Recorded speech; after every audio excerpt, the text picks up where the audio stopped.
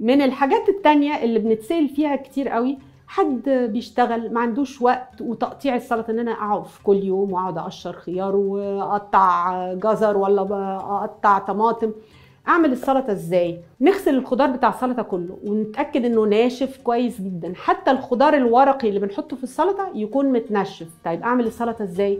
في علبه كبيره محكمه، سواء علبه ازاز او بلاستيك، نقطع خضار السلطه. هل اتبل السلطه واحطها في علبه؟ لا، ما نتبلش السلطه، نخلي التتبيله لوحدها، واول باول من العلبه الكبيره المحكمه ديت اخد شويه سلطه اتبلهم واكلهم النهارده. علبه السلطه دي تعيش معايا في الثلاجه قد ايه؟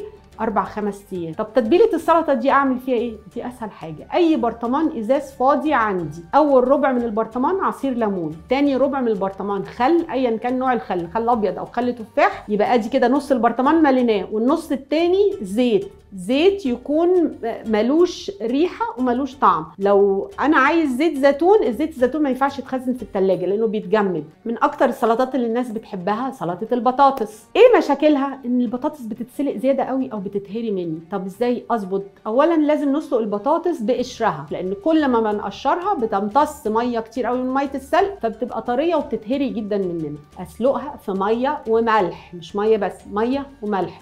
ازاي اعرف ان البطاطس استوت؟ طريقه بسيطه جدا، اخد سكينه رفيعه حاميه اغرزها في البطاطسايه، دخلت وخرجت بسهوله، البطاطس استوت. او عود خله، احاول اسلق بطاطس كلها نفس الحجم، علشان لو كانت بطاطسايه كبيره قوي وبطاطسايه صغيره قوي هلاقي الصغيره استوت بسرعه والكبيره لسه ما استوتش. على بال ما الكبيره تستوي هتكون الصغيره دي اتهرت قوي. هل انا اقدر اتبلها كلها مره واحده؟ نقدر نتبلها كلها مره واحده.